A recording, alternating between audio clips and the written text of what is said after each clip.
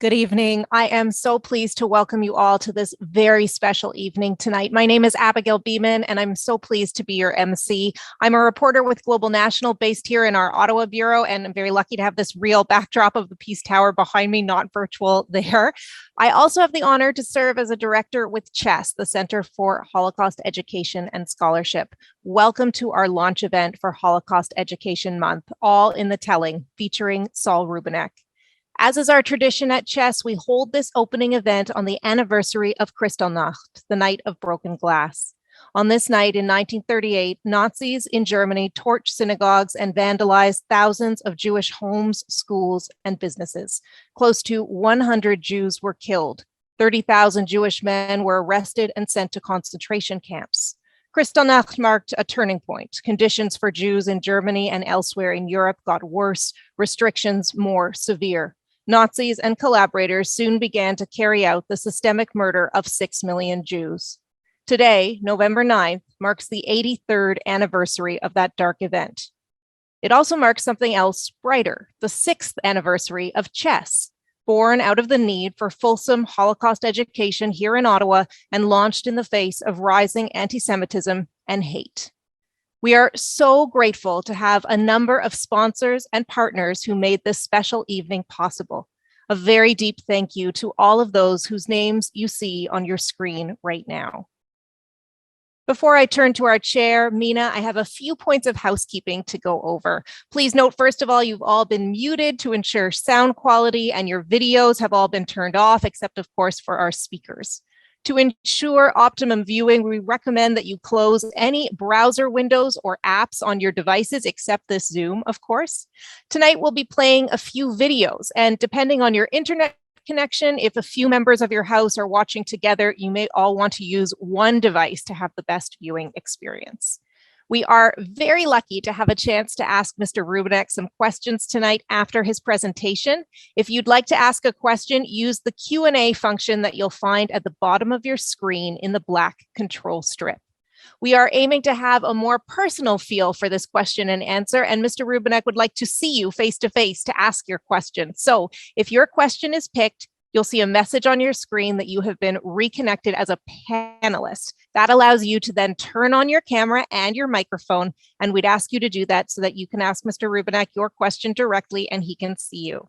But if you prefer to keep your camera and microphone off, just select the anonymous checkbox when you submit your question, and I will ask your question directly. If you experience any technical difficulties with all that, just let tech support know via the chat box, also located in the black control strip at the bottom of your screen. And if you are wondering, a recording of tonight's session will be available in the coming weeks on the CHES website. One last and very important point, Giving Tuesday is coming up November 30th. Please consider making a difference, support the fight against anti-Semitism, and help keep the memory of the Holocaust alive. CHES is asking for your support to ensure future generations remember the Holocaust. This year, if you donate on Giving Tuesday, we are very pleased to share that the first $20,000 in donations will be matched by an anonymous donor. So that means that you could see your support doubled. Thank you for sticking with me through all that housekeeping. I'm now very pleased to give you CHES's chair, Mina Cohn. Thank you, Abigail. Good evening and welcome to Holocaust Education Month launch event in commemoration of Kristallnacht, All in the Telling with actor Saul Rubinek. I want to extend a warm welcome to the survivors and their families who joined us tonight, to Honorable Professor Irwin Kotler, to Jim Watson, the Mayor of Ottawa, to Dr. Gary Pulvermacher, the Honorary Chair of our event, to our event sponsors, and to our friend Bernie Farber. And a special welcome to Saul Rubinek, our esteemed keynote speaker. Welcome, everyone. The inauguration of CHES in 2015 was a symbolic affirmation of CHES' commitment to continue transmitting the lessons and legacies of the Holocaust. Since it was established 6 years ago tonight, CHES has experienced remarkable growth, reaching out to thousands within the Ottawa area and beyond.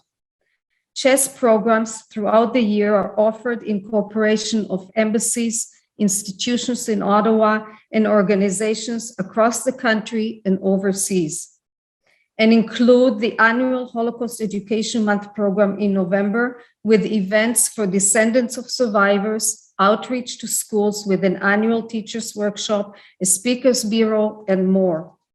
This year, I'm very pleased to share that we launched a new chapter in the life of CHES. Since January 2021, CHES has been operating independently as a registered charity dedicated to addressing the pressing challenges presented by growing anti-Semitism, Holocaust denial, and distortion. Our themes and our focus on education and our programs have not changed. To the contrary, they have strengthened. We have welcomed new members and new partners who bring a wealth of experience to CHES, and we launched a very successful fundraising campaign. I want to thank every one of you for your generous support. With your support, CHES will continue to spread its wings and soar even higher.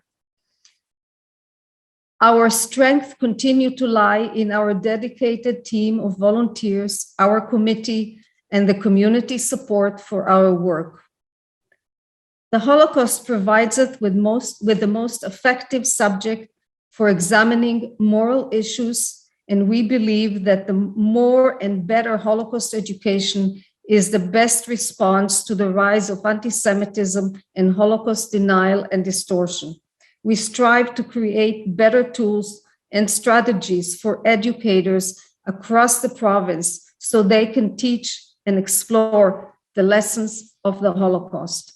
Our plans for 2022 include developing such new tools through unique educational projects that include a virtual memorial for Holocaust survivors and their descendants, which will be a lasting tribute and a much needed research resource. Last chance testimony of the Shoah Foundation, which will seek survivors' testimony which were not recorded yet. And together with our partners, a project to enhance the educational experience of visitors to the National Holocaust Monument in Ottawa in the form of an eye walk. History teaches us that we must stand up against all manifestations of hatred. It is our responsibility as Jews to confront any and all displays of hatred through education and activism. And tonight, we eagerly anticipate a unique experience of education, memory, and remembrance through the art of performance with acclaimed actor Saul Rubinek. I'm now pleased to share with you an important message from our Prime Minister, Honorable Justin Trudeau, and welcome our dear friend, Honorable Professor Kotler. The Honorable Irwin Kotler is the founder and chair of Raoul Wallenberg Center for Human Rights, Canada's Special Envoy on Preserving Holocaust Remembrance and Combating Anti-Semitism, member of high-level panel of legal experts on media freedom, emeritus professor of law at McGill University, international human rights lawyer, and counsel to prisoners of conscience. He is a former Minister of Justice, Attorney General of Canada, and longtime Member of Parliament. We are going to hear from Professor Kotler immediately after the message from the Prime Minister. Thank you. Hello everyone, bonjour à tous. First, let me thank the Center for Holocaust Education and Scholarship for the important work they do to continue to teach and preserve the stories of the Holocaust. And thank you to everyone for joining us as we launch this important month of education, learning, and reflection. Le mois de la sensibilisation à l'Holocauste n'est pas seulement l'occasion de réfléchir au chemin que nous avons parcouru, mais aussi à celui qu'il nous reste à parcourir. Parce que la montée des crimes motivés par la haine visant les communautés juives est alarmante et totalement inacceptable. C'est un point que j'ai soulevé il y a quelques mois lors du sommet national sur l'antisémitisme et que je continuerai, ainsi que notre gouvernement, à faire valoir jusqu'à ce que tout le monde au Canada se sente à l'abri de la haine ou de la discrimination.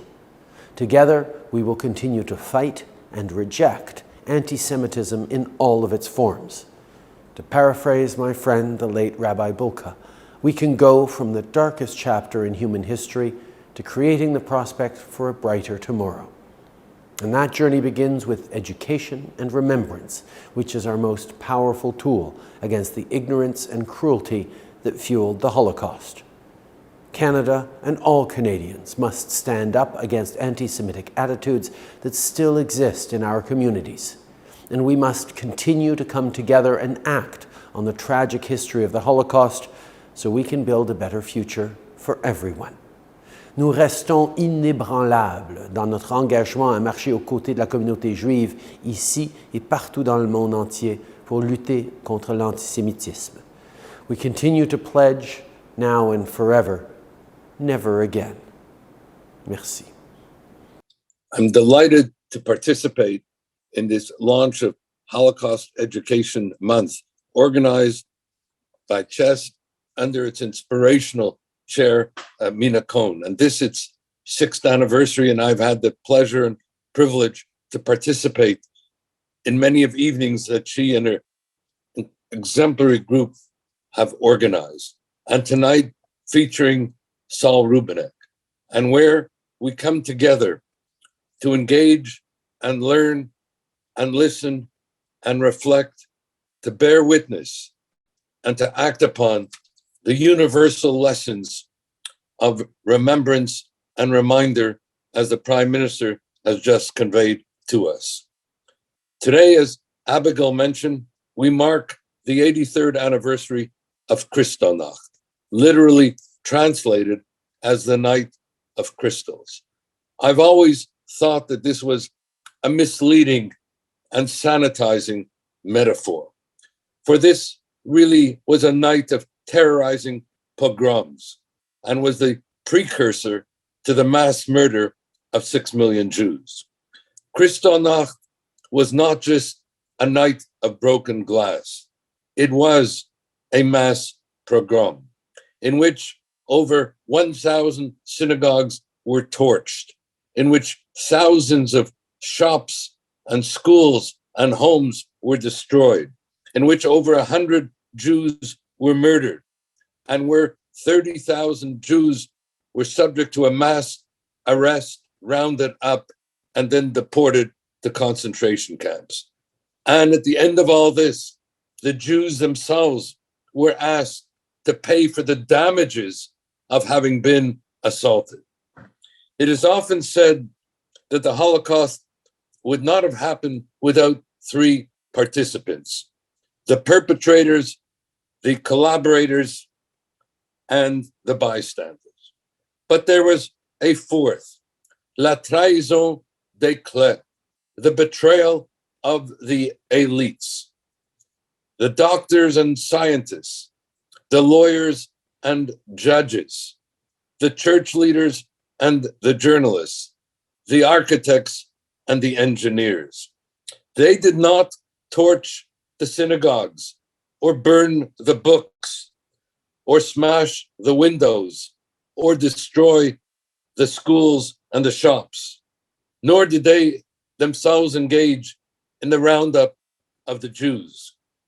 But they gave the orders, as Heydrich did. They incited to hatred, as Goebbels did. They orchestrated the mass pogroms. And as the Supreme Court of Canada put it, the Holocaust did not begin in the gas chambers. It began with words. These, as the court put it, are the catastrophic effects of racism. These, as the court put it, are the chilling facts of history. Nor did Kristallnacht itself happen all of a sudden. It was a continuation and culmination of the oldest and most enduring and most toxic of hatreds, anti-Semitism, a hatred that is toxic to democracies as it was for Germany in the 30s. It is not often remembered or even known that the infamous concentration camp Dachau was established in 1933, that the Nuremberg race laws disenfranchising the Jews were adopted in 1935, that the boycott of Jews, the Aryanization of Jewish property, the Jew hatred, all proceeded and made Kristallnacht possible in 1938. Yes, the Nazi leaders gave the orders, and the pogroms were carried out by Nazi stormtroopers, by the SS, by the Gestapo, and their collaborators. But the bystanders were complicit in their silence, in their inaction, in their indifference. The bystanders did not torch the synagogues. They did not burn the books. They did not smash the windows. They did not destroy the schools and the shops. They did not round up the Jews, but they stood by and they watched while synagogues, schools, shops, and the homes of their neighbors, their classmates, their colleagues, their friends were destroyed. And they were bystanders because from 1933 to 1938, they were programmed to see the Jews as alien. They were programmed to see the Jews as deserving of their fate, of the Jews as the enemy of all that was good and the embodiment of all that was evil. And so the slogan at the time, Jews do not belong on our porches, on our benches. Jews do not belong in our swimming pools. Jews do not belong in our professions. No Jews anywhere. Let there be no mistake about it. Anti-Semitism is the canary in the mineshaft of evil. It is toxic to democracies and can be toxic to our own democracy. We cannot allow ourselves to be bystanders. We must speak up, we must stand up, and we must act. That is the universal lesson of Kristallnacht. Thank you. Thank you so much, Professor Kotler, for your extremely powerful words. We're just so lucky and fortunate to have you join us this evening. Next, I have a message to share from the Israeli Embassy, and it reads as follows. The Embassy of Israel in Canada is proud and honored to collaborate with CHES in this important evening commemorating Kristallnacht and officially opening Holocaust Education Month. With anti-Semitism and Holocaust distortion on the rise around the world, and with fewer survivors and witnesses with us to share their firsthand experiences, it is our responsibility to make sure their stories are told and that lessons are learned. This evening, All in the Telling plans to do just that, sharing the story of one family affected across time by the horrors of the Holocaust so that we all never forget. The Embassy of Israel in Canada is proud to support tonight's event. Next, we are very pleased to be joined this evening by Ottawa's Mayor, Jim Watson, who I will now invite to share a few words. Mayor Watson. Well, thank you very much, Abigail. Merci beaucoup, Abigail, and good evening, ladies and gentlemen. Bonsoir, mesdames et messieurs. On behalf of the City of Ottawa and my colleagues on City Council, I'm honored to join you this evening as part of November's Holocaust Education Month and in commemoration of Kristallnacht. Kristallnacht, as we know, happened 83 years ago on the night of November 9th, 1938, when violent anti-Jewish demonstrations that broke out across Germany, Austria, and parts of Czechoslovakia. I want to thank the Center for Holocaust Education Scholarship for inviting me today, and in particular Barb Farber. Thank you for letting me know about this important seminar and for the work that you do to promote the knowledge and understanding of the history and legacy of the Holocaust. The Center is working to ensure the continuity of Holocaust education through the active involvement of Holocaust survivors and their descendants. This evening features a presentation by acclaimed Canadian actor Saul Rubinek, and I want to thank him very much for being part of this special event and to speak about his experiences and the story of his parents' survival during the Holocaust in Poland. And I heard a great interview that Saul did on CBC, I believe, just yesterday. As we remember the attacks against the Jewish population in Germany and beyond, and the ensuing horrors, we commemorate the victims of the Holocaust and pay tribute to the survivors who rebuilt their lives in Canada and elsewhere. Even after 80 years, we're still seeing heinous acts of anti-Semitism and degradation of the victims of the Holocaust when we hear people compare public health interventions like mask and vaccine mandates to that of the actions of the Nazis. And on the weekend in Ottawa, a swastika was painted on a building in our downtown core. We can't let the horrors of the Holocaust fade, nor can we forget the dangers of anti-Semitism, indifference, and silence. We recognize what this means to Ottawa's Jewish community and Jewish communities across Canada and around the world. And we remember the millions of Jews murdered by the Nazis and promise never again. Thank you very much. Merci beaucoup. Thank you so much, Mayor, for your words. It's now my pleasure to introduce our honorary chair for this evening. That's Dr. Jerry Pulvermacher. Dr. Jerry Pulvermacher is a licensed industrial psychologist. While Maclean's magazine once dubbed him one of Canada's management gurus, he has had the privilege of working with many colleagues and clients globally. When asked what he was most proud of, his answer was quick and unwavering: his family. His family in Ottawa, Montreal, Toronto, LA, and throughout Israel, where he and Mary Bell, his wife of 52 years, will be spending the month of January. When asked what makes for a successful 50-year career, his answer was passion, caring, and hard work. When asked what makes for a successful family, he answered passion, love, and really hard work. He also added that in career and family, the role of luck cannot be underestimated. I give you Dr. Pulvermacher. Thank you very much. Good evening, everybody. I'm delighted to be here and to share this event with our dignitaries and our guest of honor this evening, Saul Rubinek. Saul and I share at least two important attributes. We both have a fondness for Ottawa, and we are both children of Holocaust survivors. I was grateful to accept the role of honorary chair of this special Holocaust Week event for a number of reasons. First, I wanted to honor my parents, both survivors of the Holocaust, and also to honor my countless relatives that did not survive, the family I never knew. Second, I was born and spent the first 2 years of my life in the infamous concentration and displaced persons camp, Bergen-Belsen. I subsequently grew up in Montreal, surrounded by tens of Holocaust survivors. This experience never leaves you and influences all aspects of your life, as I'm sure Saul and many others attending this event can attest to.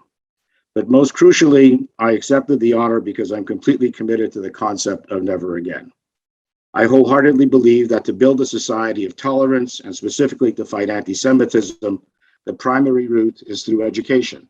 And education is precisely the vital work that CHES is doing, particularly educating our young people, their teachers, and the boards of directors which lead our schools. We all well know that discrimination still exists in our schools, whether universities or high schools. We have an obligation to help make this world a more tolerant one for all. And given our history over centuries, a more tolerant place, especially for Jews. In my view, Jews need to be at the forefront, visibly fighting against discrimination and educating our next generation of the risks of becoming complacent. I take my hat off to Mina and Cohen and CHES. She and her committee do tremendous work day in and day out. And this work must never lose its relevance because we need to ensure never again. Now it gives me great pleasure to introduce our guest of honor, Mr. Saul Rubinek. Saul was born in Fürstenwald displaced persons camp outside of Munich, Germany, the son of Frania and Israel Rubinek, Holocaust survivors from Poland. His father was a Yiddish theater actor in Poland before the war. After the war, in the DP camp, Israel formed a Yiddish repertory company where he was both a director and actor. The family's journey to freedom was documented in a book written by Saul and in the 1987 documentary film produced by him about his parents' reunion with the farmers who saved their lives, both titled So Many Miracles. Saul's professional acting career started when he was 7 years old at the Ottawa Little Theatre and spans more than 50 years and hundreds of roles on stage, radio, film, and television. Saul is also a filmmaker and playwright. His new play, All in a Telling, is about the circumstances that led to his writing the book and producing the documentary film about his parents, and how these events affected three generations of his family. He hopes to premiere the play in Ottawa at the National Arts Centre and then tour it worldwide. It gives me great pleasure to welcome and introduce Saul Rubinek to you. Saul. Thank you, Jerry. It's very kind of you. Thank you. Nice introduction. Hello, everyone. It's the first time I'm speaking to so many people this way. I'm a child of Holocaust survivors. I'm an actor. I'm a writer. Grew up in Ottawa. So I guess in a way it all kind of comes together for this event to mean something extraordinary to me.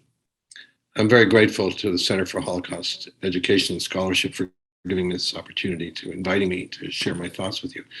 In a minute, I'm gonna perform some scenes from this new play I've written that you've heard about. But here's the thing: my play is not actually got anything directly to do with Kristallnacht. I mean, you'd think it should, right? I mean, I'm going to be performing excerpts from it, so it should have something to do with it. I'm not an historian. I'm not a journalist. I'm a storyteller. So in a way, the story of my play has everything to do with Kristallnacht, a night that did not end on November the 9th, 1938. That night of broken glass from windows of Jewish stores and homes and synagogues and hearts. That night, the sound of shattered glass, it echoed all over Germany, and then all over Europe. If we listen, if we want to listen, we can hear glass shattering every day, all over the world, breaking windows, every race, every country, every culture, right now. I was born in one of the largest refugee camps in all of Europe. 5,000 people. Today, refugee camps have 500,000 people. Shattered glass every day. And every day, people picking up the broken pieces, trying to put them back together. I'm a storyteller. Historians and journalists know how to tell stories about millions of people. I don't. My story is about just a few people, my family, about the glass shattered in our lives and how we tried to pick up the pieces. My mother used to say that we are alive after this Holocaust is a miracle. And so many miracles. And so many miracles. That's why I called the book I wrote about my parents, So Many Miracles. And 35 years ago, I went with my mom and dad back to Poland to film a documentary about their reunion with the Polish Catholic farmers that hid them from the Nazis for 2.5 years. And I called that film also, I called that So Many Miracles. That was my mother's attitude towards survival. So many miracles. About my father, about survival, he had a slightly different attitude. He used to say, I believe in God, but I'll take him to court. If my mother and father's attitude seems contradictory to life, well, what can I tell you? You just got a glimpse of my play. I call the play All in the Telling. Throughout the play, we see clips from the documentary I just told you about, made in Poland, about my parents. And in the play, the clips are being shown to a Polish government censorship committee. This really happened in 1988. Their job is to decide whether or not to approve the film for broadcast in the Polish People's Republic. The first clip that the committee sees, my mother and father talk about the town where they met, fell in love, the town of Pinchev, where my mother was born and raised. Clip number 1, please. My father told me that in 1939, in the town of Pinchev, there were 10,000 people. 50% Polish, 50% Jewish. He used to say they didn't exactly live in harmony, but he said, they get along. Somehow they got along. Anti-Semitism was there before the war even, but they came along. The center of the city was a square. In the middle was a garden, and all around were houses and stores. And we had our house there, my parents, right there in the square of that city. my mother told me that when the Germans took Pinchev in 1939, a German soldier was killed in the church by a sniper. To retaliate, the Germans burned the whole square, which was mostly Jewish homes and stores. My mother's house was burning along with the others. Everyone was forced out, all the Jews on the square, and the Germans chased them all to the church. They were chasing us here. My whole family, they were chasing us right here to the church. We heard shots and we saw blood on the road. In the minute I came here with my family, we saw here machine guns. We saw one here, every 3 meters, another one. And then on the other side, another one. And so many people were here. And I said to my father said, that's it. Now they're going to shoot us all. We're all going to be shot. So my father said, let's run to the wall. Let's be the first one at the wall. And we ran. We ran fast here to that wall. We came to the wall here at this door. And I was standing here with my brother and my 2 sisters all together. My parents were standing right here. And here people, they're chasing more people here. More people. And then the Germans came. And when they stood at these machine guns. So we went right to the floor, and in a second, there was mountains of people here, and they were shooting and screaming. The screams, I could still hear the screams. And then after a half an hour, they stopped. And when they stopped, and it was quiet, I got up slowly and I said, my gosh, we are all alive? This was a miracle. So many bodies here, and we're still alive here. This is a miracle, we're still alive. We're still alive. The sound of shattered glass starting to echo all across Poland. Now, you would think the Polish committee would have no problem about approving this documentary for broadcast, right? After all, it's a film mostly about how ordinary Polish people did an extraordinary thing. They risked their lives to save Jewish people. But back in the late 80s, the Polish censor board was worried. Well, the Polish People's Republic communist regime was about to fall. They were worried about their jobs, of course. But I mean, they were worried about this film, about what my family might say about being back in Poland. Why? In the play, there's a scene that happens about 2 weeks after we filmed my mother at that church. My parents receive a gift from the local Polish governor, a beautifully illustrated hardcover book about the history of the town of Pinchev. And my father tells me, I read it, all of it. I am sure the governor didn't read it, or he would not have given it to me as a gift. Okay, my father tells me why. He tells me that since the 15th century, half the population here at Pinchev were Jews until the Nazis began roundups for extermination.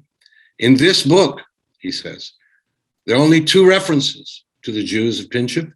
He translates one paragraph from Polish about an onion-smelling, unhealthy segment of the population, Jews, who lived secretively and apart, often cheated local Christians, and caused the spread of disease in the community. And that's it.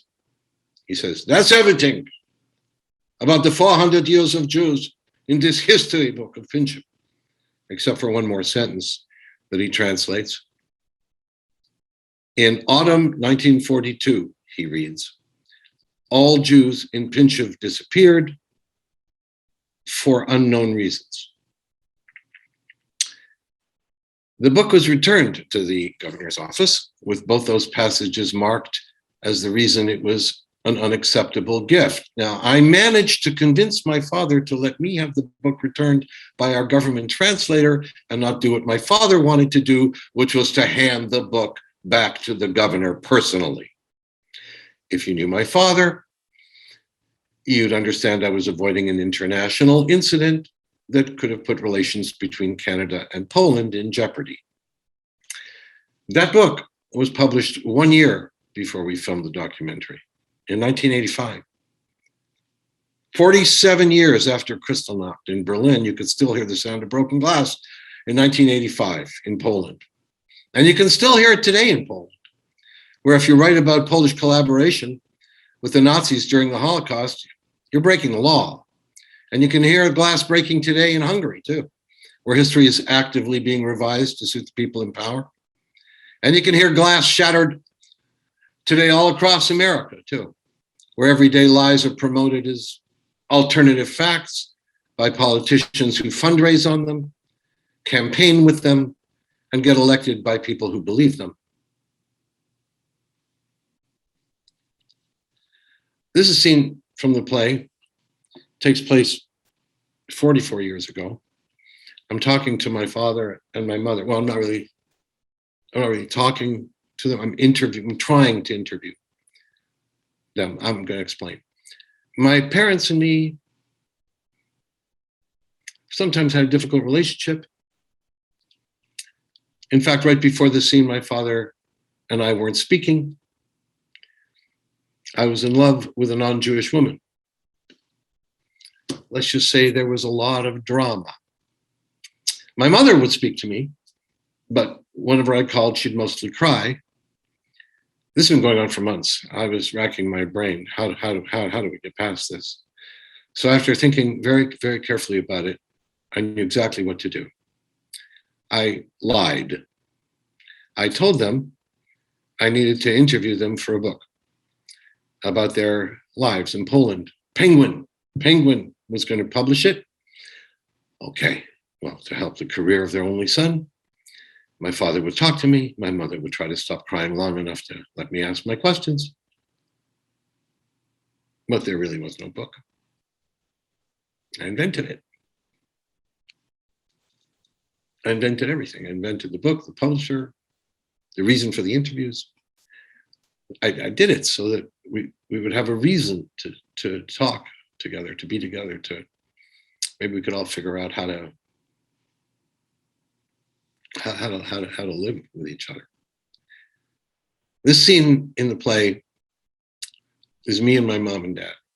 It's 1977. We're in their kitchen in Ottawa. Between us is a little cassette tape recorder. My father, first of all, we're not going to talk about you know what. Well, maybe Dad, that's exactly what we should be. No, the publisher does not need to know about that. My mother, you know what? Let's not get excited. We'll have a glass of tea. We won't talk about your life. We'll talk about our life like your publisher wants. Yeah, Penguin is paying you to publish. They could afford to give you a better tape recorder. All right, what do you want to know? Okay. Let's start. Wait a minute, my mother. Wait a minute. What? Look how you're dressed. What's the matter with you? You're dressed like a bum. You're on television now. People are going to recognize you. Mom, it's fine, mother. Don't worry about it. No, your mother is absolutely right. An artist in public, he has to be dressed. I'm not in public. I'm in your kitchen. Listen, when I was an actor in Poland, we went out anywhere. We were always dressed tip top. You come to the store. We got some new stock. We got beautiful suits. You could pick out whatever you want. Could we not talk about me, please? How about if we talk about you? How about tell me what it was like to be an actor in Poland or something? I'll tell you this. I didn't dare tell my father about it. When I was 16 years old, I started playing Yiddish theater. I didn't tell him. He was a Talmudic scholar, your grandfather. He was a great man. I wanted him to be proud of me. You hear what I'm telling you? Yeah. Your father, he never found out about your acting? Oh, he knew. He just never said anything. for a whole year, until one night he was waiting up for me, 2 o'clock in the morning. And he said, "You have 8 brothers and sisters, and you are the oldest. Don't you know that they all look up to you? That they want to be like you? That you have to set an example for them? Listen, I know what you are doing." I didn't say a word, but tonight you left the table in the middle of a Shabbos dinner. How could I raise a son like this? Explain it to me. How can you go so far away from God? You know, I didn't answer your grandfather right away. He had 2 eyes, like an eagle. They could see right through you. And I said, Tate, the play tonight, it was written by a Yiddish writer, Shalom Aleichem. Happens in a shtetl, about the marriage troubles between a husband and wife. Jewish family, about troubles with their children. I'm one of the children, about how they're making a living, about their lives. The audience, they laugh, they cry. I don't know. I think many people believe that anything wrong or good only happens to them, to nobody else. But theater, Father, if it's good, it shows people they're not alone. Your grandfather, he stood there and he thought about it. And then he said, maybe it's not so far away from God after all. Did your father ever see you in a play? Right before the Nazis, 1939. Twice he came. First play was a drama. The second time it was a comedy. He liked the comedy better. So, my mother, we're not going to sit here all day. I have things to do. Ask your questions. I have to tell you, Shlomo, I don't understand why someone wants to make a book about this, about hiding from the Nazis. So everybody already knows from the Diary of Anne Frank. Who needs another one? All right, if you need it, all right, we'll do it. Well, I thought you'd be okay with me asking these. I thought you'd be okay. Tell me stories. I've heard them all my life. I just have questions now that I never asked before. I'm sorry if some of the questions will be difficult. Well, that's why Penguin is paying you, right? To get answers to difficult questions. Yeah, in a way. So I ask, what was it like? What was it like to be hunted? You're both in hiding for how many months? My mother, 28 months. Things happened in such a way we were meant to survive. Not because we were special or God looked down on us, or it's not that you're smarter or better. It's for reasons that you could never imagine. It was just luck, whoever survived. It was just meant to be, that's all. They always said they were lucky, because through it all, they had each other. In 1941, during the German occupation of Pinchev, my mom and dad got married. They were 21 years old. To make a living, they opened a tiny little store. They became very popular to farmers. My mother baked cookies, served vodka, and if they didn't have what the farmers needed, she told funny stories to keep them busy, when my father used to run out the back to a wholesaler to get them whatever they wanted. Being friendly with the farmers in that little store, that probably saved their lives. One year after they were married, on October 1st, 1942, the Nazis rounded up the Jews in Pinchev for deportation to extermination camp. My mother was 7 months pregnant. In this scene from the play, one of the interviews for my so-called book, my mom and dad tell me what happened the day of the roundups. My dad, bad news, travels fast. People escaped from the concentration camps and they ran from town to town. Wir brennen Jeden! They're burning Jews! They're gonna kill us all! And people thought that's impossible.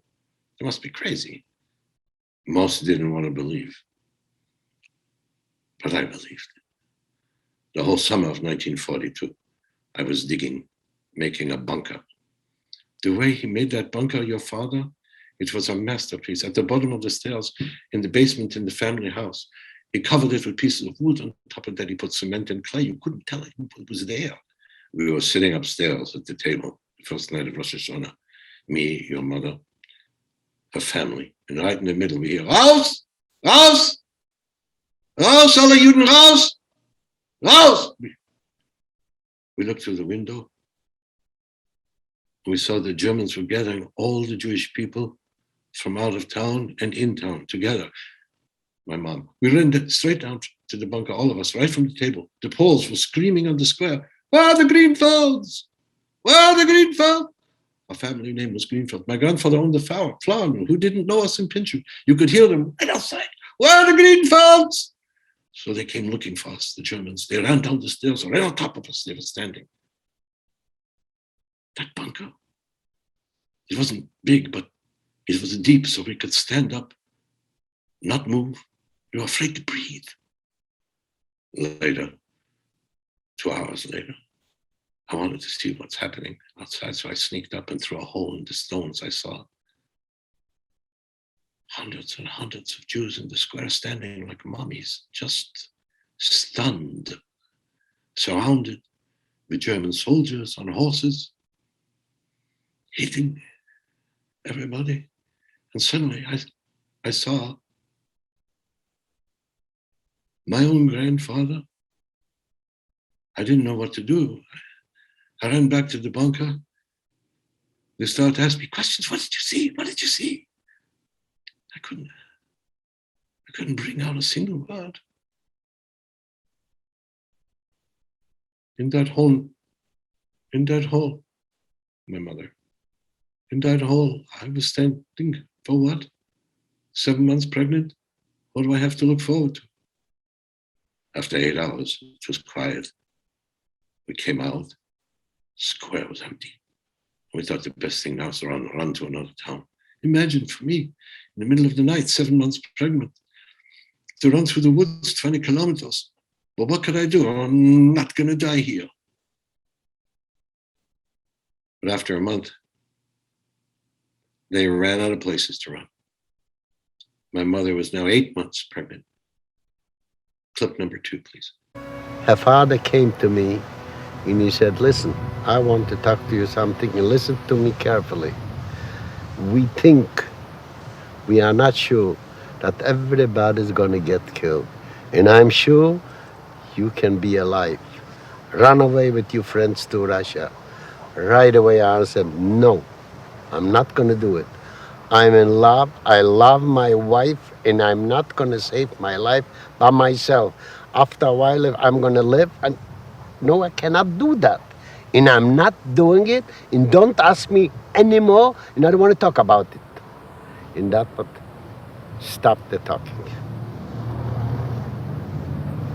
And then later my father came to me and he said, Franja, listen, my daughter, you know how much I love you.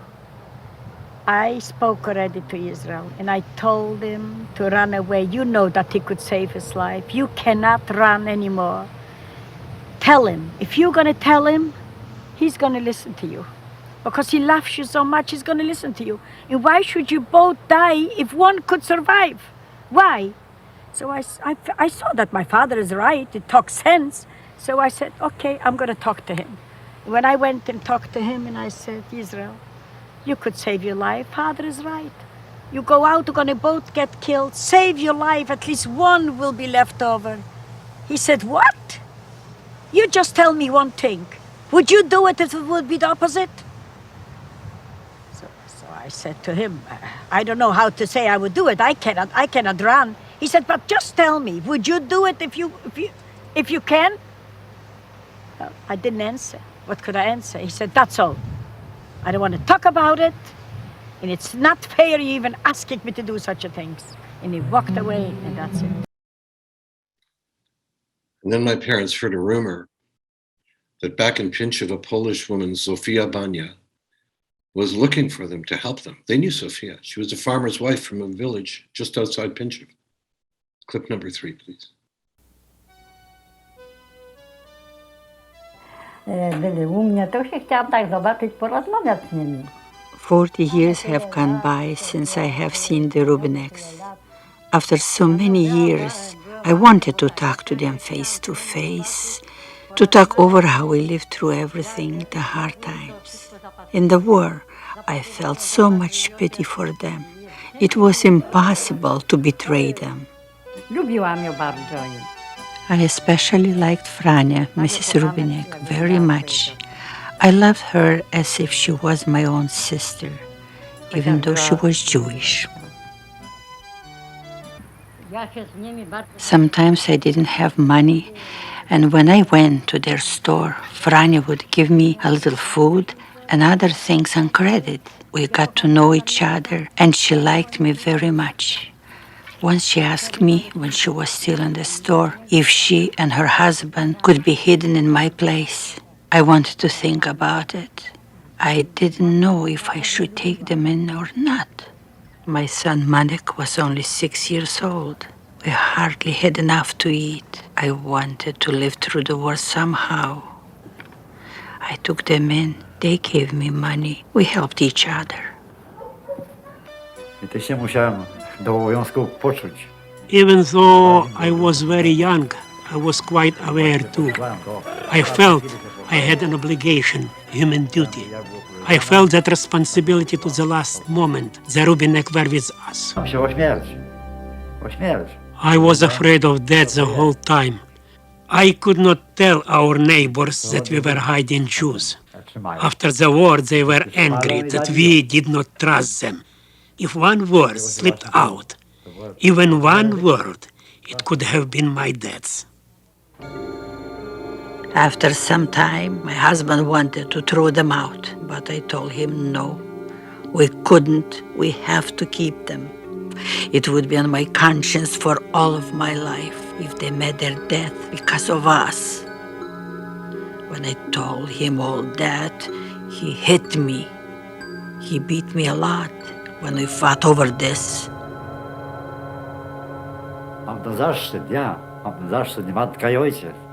You know, my father was a hero. His life and mine and my mother were in danger for 2.5 years. We were all put in the situation and we had to leave it. This is the way the cards were dealt. So that's how it was. The baby my mother was carrying, my sister, survived less than an hour in the harsh conditions of her birth at the Banya farm. For 2.5 years, from the time Maniak was 6 to almost 9 years old, he was like a child guardian of my parents' safety and survival. He loved them and he protected them. I met Sofia and Maniak for the first time 44 years later in the summer of 1986. Ludwig, Sofia's husband, had died a number of years earlier. Sofia was 83. Maniak was now 50. And that summer day, I saw my father run to Maniak and he threw his arms around him and he kissed him. It was like watching the embrace of father and son. There's a scene in the play where I confess to my parents, there is no book, that I lied about it so that I could have a reason to talk to them.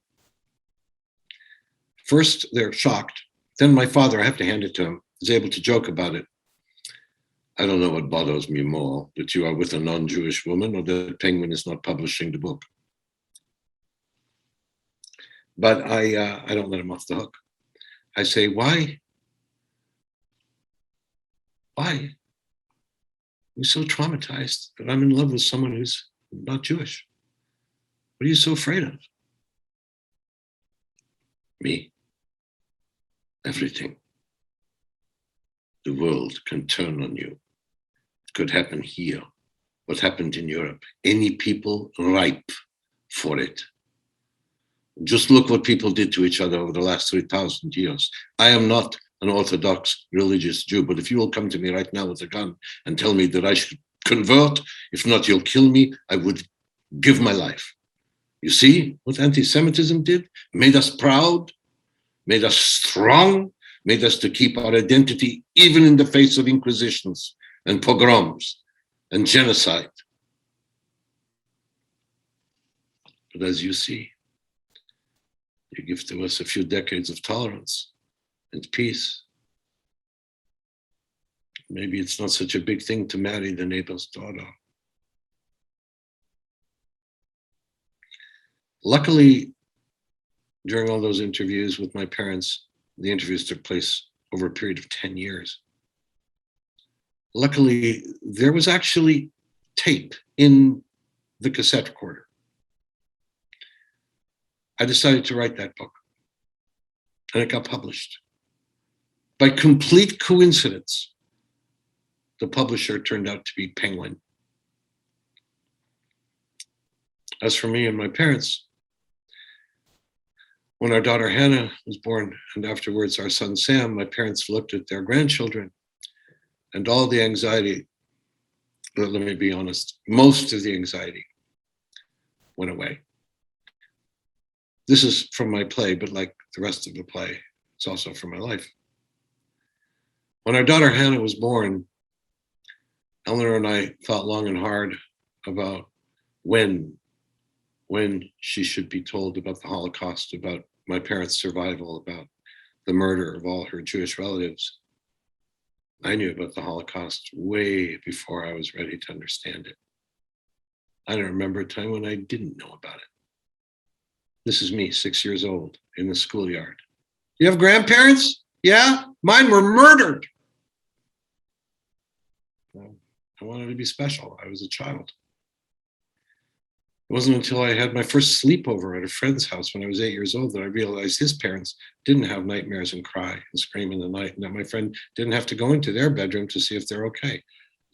Maybe that was just my house. The teachers at Hannah's school suggested if we wanted to wait, it might be best when she's 13, 14. At that age, children are just beginning to relate events in history and the consequences to their own experiences. So when Hannah was 13, we told her about the documentary and the book. She didn't know the word genocide or Holocaust. Hannah didn't want us to tell her too much. She just wanted to read the book, and she did that night. And then she immediately read it again. That's my daughter. The next day, we watched the documentary with her. She said she wished she knew about it younger, when her grandparents were still alive. She couldn't have talked to them about it. She was so young when they died. She was 5 when my father died, not yet 9 when my mother died. When Hannah was 9, the teachers in the school asked if, after we showed Hannah's documentary when she's 13, would I consider showing the documentary to her whole class? You may think this is an odd thing to say. I wasn't sure it was a good idea. In those days, I was hesitant about Holocaust education. Teaching others, especially young people, about the genocide of the Jews, I was worried that could be exclusionary of tragedies and genocides that happened to other people, other cultures. When I came back from Poland to Toronto after doing the documentary, I remember playing poker with some of my actor friends. One of them was First Nations. He asked me about a trip to Poland. Yeah, to show you how tone deaf I was, I said, the Jewish cemeteries were destroyed. Gravestones were used to make sidewalks. I couldn't find where my ancestors were buried. My First Nations friend looked up at me and said, yeah, tell me about it.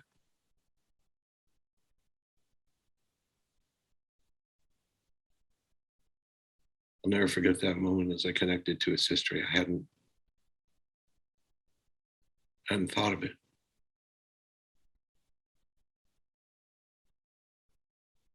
What I think now is, if you believe that your people's story, if you believe that whatever tragedy happened to your people is more profound than what happened to any other people, then you might also believe that you have a right to drive an airplane into a building.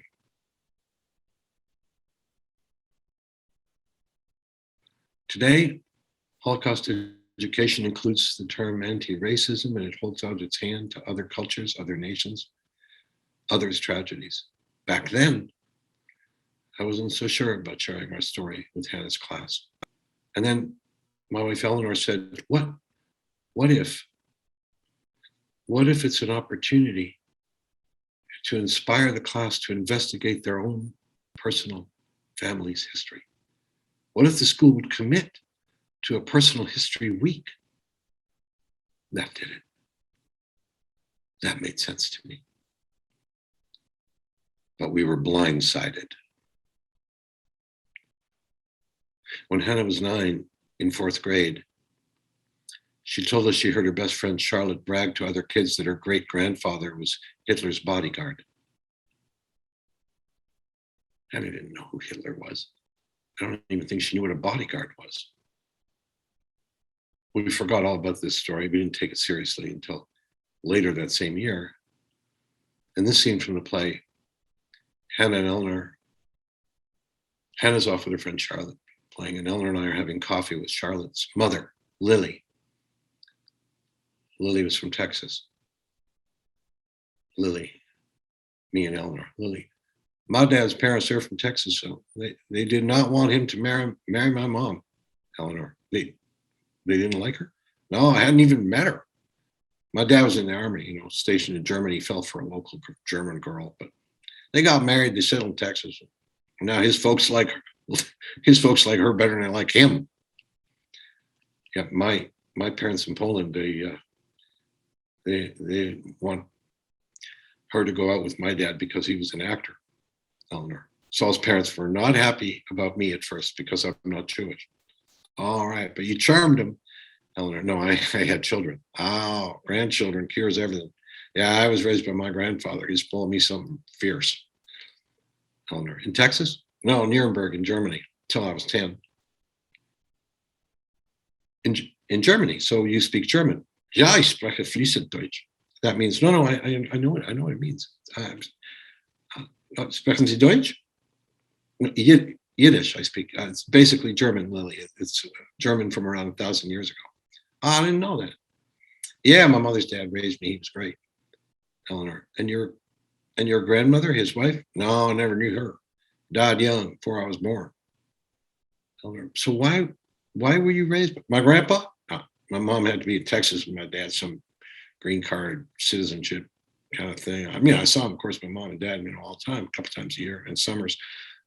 But mostly I was with my grandpa. And then when I was 10, I moved to Texas for good. I gotta say, I sure miss my grandpa. He passed 10 years ago now. How old was he? Oh, he was 82. He was born in 1912. He was in the war. He was drafted. Wehrmacht, regular German army. Yep. Your dad, he was in the war too. He wasn't in in the army. Oh, too young. He was in Poland, born in Poland, Polish Jew, Holocaust survivor, him and my mom. Oh, I didn't know that. I'm sorry. No, listen, don't feel, no, I met a lot of people over the years whose parents or they themselves were in the regular German army, the Wehrmacht during the war. It's not it's not necessarily a big deal. Oh yeah, sometimes Grandpa would take out his old uniform, show me his captain's hat. He had a skull and crossbones like a flag on a pirate ship, Totenkopf, that's what he called it, means death's head. And he had a tattoo of his blood type under his arm, army macho, stuff. I looked at Eleanor and she looked at me and shook her head. No, don't get into this. But Lily, I don't think your grandfather was drafted. Oh, he said he was. You know what I'm talking about, right? No, I sure don't. Eleanor, maybe we should just talk about this another time. Lily, if his uniform had a Totenkopf insignia, skull and crossbones, and he was tattooed like that, he was in the SS. And if you're in the SS, you weren't there because you were drafted. Sorry, the S what? Eleanor, it's late. It's a school night. I think we should get Hannah home. Right. No, I'll go get her. After Lily left the room, I said to Eleanor, I said, total denial. Everybody's heard of the SS. I mean, what are we going to do? Nothing. It's none of our business. Well, of course it's our business, because now we know. I can't show the documentary to the class. To do what? Have them all participate in personal history week, inspire Charlotte to find out her great-grandfather was in the SS? Just relax. 4 years from now, Charlotte might not even be at the school. And unless her mother brings this subject up, we have to let it go. She'll either decide this is something she wants to deal with or she won't. We don't have to get involved. Not until Hannah is 13. Well, 4 years later, Charlotte was still in Hannah's class. If I was going to show them the documentary, I had to first talk to Charlotte's mother, to Lily. In this scene from the play, 4 years after the last scene, I'm with Charlotte's mother, Lily. Lily, a few years ago, Hannah told us she overheard Charlotte tell some other kids her great-grandfather was Hitler's bodyguard. Oh my God, Hitler's bodyguard? What does that even mean? Well, the SS was kind of symbolically that, right? SS stands for Schutzstaffel. Schutzstaffel? Doesn't that mean? Yep. Yeah, right. It means protection squadron. Charlotte, what said it? Like, how did she, like, bragging about it? Lily, she couldn't have known what she was saying. I think she just wanted to feel special. You know, she was a child. Well, Charlotte, she saw something. I guess she overheard something about your grandfather. You know, I've been getting, you know, emails from fans of his for years. They want pictures, memorabilia, whatever I got. Fans of his? I know. Probably neo-Nazis and white supremacists and that kind of scum. I never answer them. Lily, all the parents in the class are going to get a copy of the documentary that I want to show the class, but I wanted to talk to you first. Why? I think I'll say no? No, I think I might say no. I'm not sure it's right to show it with Charlotte there. Why? Because my grandfather, she won't make the connection. We never talked about it. Right. You never talked about it. The thing is, after I show the documentary, the plan is for the class to take part in a personal history week. So if I show it and Charlotte is left out, right. So I don't think I can show it at all. No, that's not right either. We should show it and she should be there. But I got to talk to her first. Lily, do you know what your grandfather did during the war? No. I can't do it. I could never do it. I never looked him up. I could just never bring myself to it. I'm 42. Maybe it's time for me to open all the doors and windows in my life. What kind of wife I am, what kind of mother I am, what kind of woman I am. My whole life, I never asked any questions. Why my mother always fought, screaming fights with her father, my grandfather. Why my great uncle, my grandfather's only son, lives alone somewhere in Germany, no contact with any of the family, in and out of mental institutions all his life. Why my grandmother died of a heart attack right after the war in her 40s. I never asked why.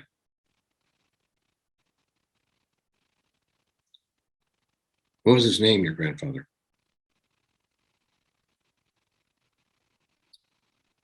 She tells me his name. I go to the computer. I look him up. There's good news, Lily, and there's bad news. Good news is he was never a wanted war criminal. Right? The bad news is he should have been. I'll talk to Charlotte. I'll tell her everything. I did show the documentary to the class that had in it two best friends, Hannah, granddaughter of a victim, and Charlotte, great granddaughter of a perpetrator. After the class watched the film, I asked them, how many of you think my family's story is more dramatic than your family's story? Every hand shot up. I said, no, I really don't think so. Your grandfather, your great aunt, somebody in your family knows how you got here, why you were born, where you were born, why your parents or grandparents or their grandparents came to live where they did. Because of war, famine, persecution, a better life. I believe that within 2 generations, you will find in your own family history, great romance, betrayal, murder, lives saved at the last minute, cowardice, miraculous coincidence, great heroism, as dramatic as any of the greatest novels ever written. Victims and perpetrators, heroes and bystanders, all in your own family history, if you ask the right people the right questions.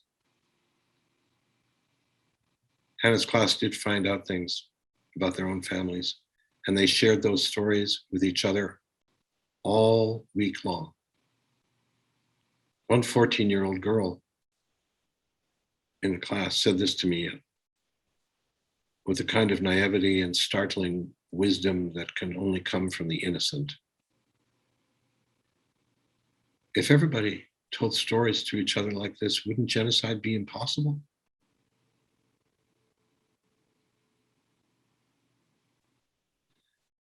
There's a scene in the play, my father is stopped on the street after curfew by the Gestapo. Gestapo interrogates him, doesn't like my father's answers, beats him with the barrel of his gun. A crowd gathers like it's a sport. My father keeps getting beaten to the ground. Bleeding, he keeps getting up. He says nothing. He refuses to give the crowd the satisfaction of hearing him beg for his life. I say to my father, I don't think I would have been that brave. But I had nothing to lose. He would kill me anyway. So just luck that he didn't. No, I don't think I would have survived. What do you mean survive? The Holocaust. I don't think I would have lived. Never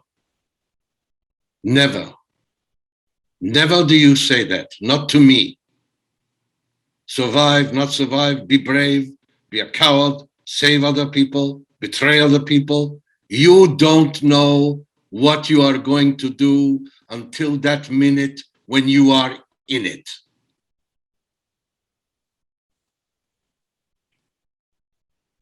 Well, this is the minute, and we're in it.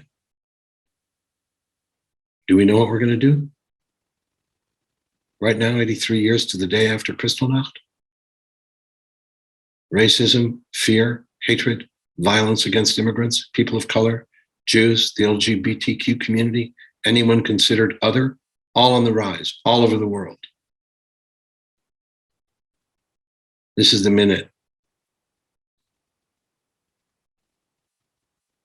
And we're all in it.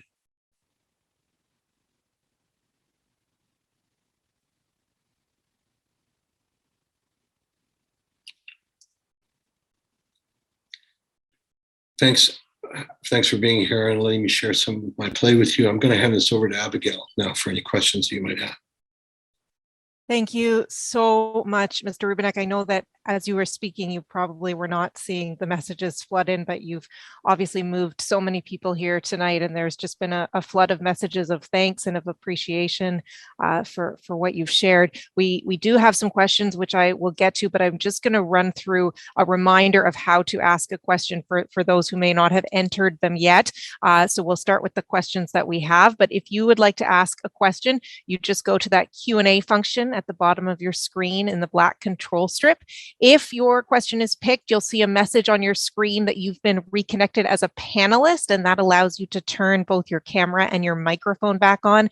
And we'd ask you to do that so that you can ask your question to Mr. Rubinek directly and that he can see you. If you prefer to remain anonymous, just select the anonymous checkbox when you submit your question, and then I will ask your question directly. If you experience any technical difficulties, please let tech support know via the chat box, also located in the black control strip at the bottom of your screen. And I'm just going to go through the questions that we have. The first one is anonymous, so we'll start with that one. Mr. Rubinek, why do you think so many of the Hollywood and glitterati latched onto Israel to vilify when so many others in the world are being tortured and killed? And there are some examples, including the Uyghurs in Syria there. If you want to weigh in on that one to start. I don't know how to answer for other people. I mean, the question is about why Hollywood people are centering on vilifying Israel? Israel, yes. It was submitted in the earlier part of the evening before you had launched into your own presentation. So I think something on somebody's mind there. Yeah, I understand. I'm not a representative of Hollywood. I represent only myself. You know, it brings up this thing of people want other people to represent them. When I was doing this years ago, when Penguin sent me out to publicize the book, and I would go to people wanted me to represent them. I would go to Second Generation, which is organizations that were called Second Generation Children of Survivors of the Holocaust, Jewish organizations, and they were kind of wanted me to represent. How could you tell a story about Polish people saving your parents' lives? Don't you know how many Poles were involved in collaborating and killing Jews? They really wanted me to represent other people, represent them, I try not to make that mistake. I appreciate that answer. The next question is from Carolyn Burns. So let's try that out and see if Ms. Burns is able to get her video and microphone on so that she can ask her question to you directly. We'll just give that a moment. You know, they're not going to give you much time to do it before they move on. Hi there. Oh, there we go. Hi, Mr. Rubinek. I'm just wondering, my question is, as a Jew and as an actor, what was it like for you to be part of the TV show Outer Limits Holocaust episode called Tribunal? It's a really interesting question. This is a show, it was an anthology series, a sci-fi series, that the showrunner was a wonderful man named Sam Egan, who I've recently been in touch with. In fact, he read a copy of early drafts of my play and gave me notes on it.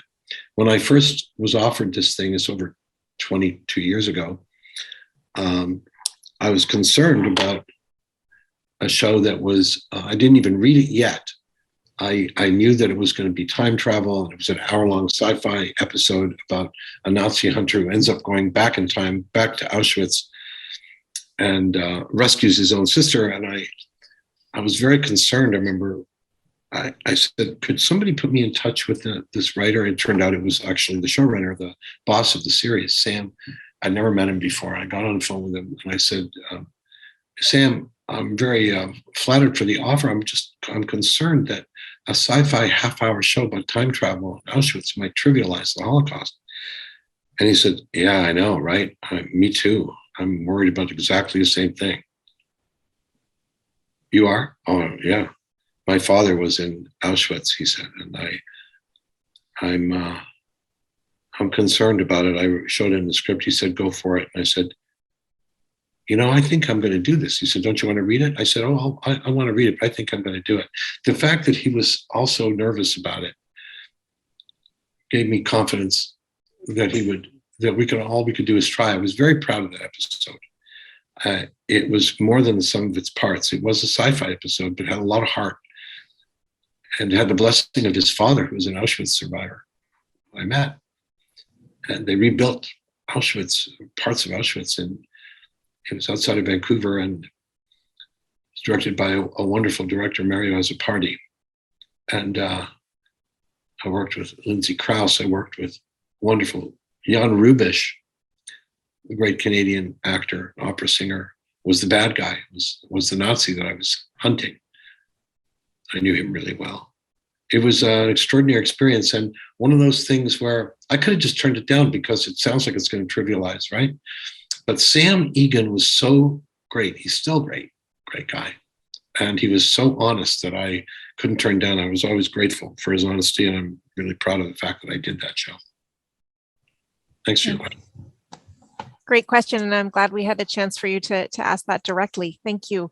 Our next question is an anonymous one. It says, thank you, Mr. Rubinek, for this deeply moving story about your parents' love, devotion, and survival. Was Sofia recognized as righteous among nations?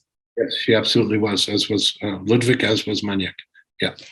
And if I may tag onto that question with one of my own, it really stood out to me how you spoke about Maniak. And I'm wondering if you maintained a relationship with him after the documentary. My parents did. They were the ones who were close. My parents had a relationship with them. My parents arrived in Canada in 1949 when I was 9 months old with $50 maybe. And $5 went to them, and they sent them money every year. And they had a relationship with them with letters and photographs. Wow. 44 years before we got there, and my mother knew every name of every grandchild she had, of every relative that she had. She kept everything straight. My mother was a very well-organized woman. That's beautiful. The next question comes from Chris Busby. I'll let Chris try and turn his camera on there and see if he can ask it to you directly. Okay.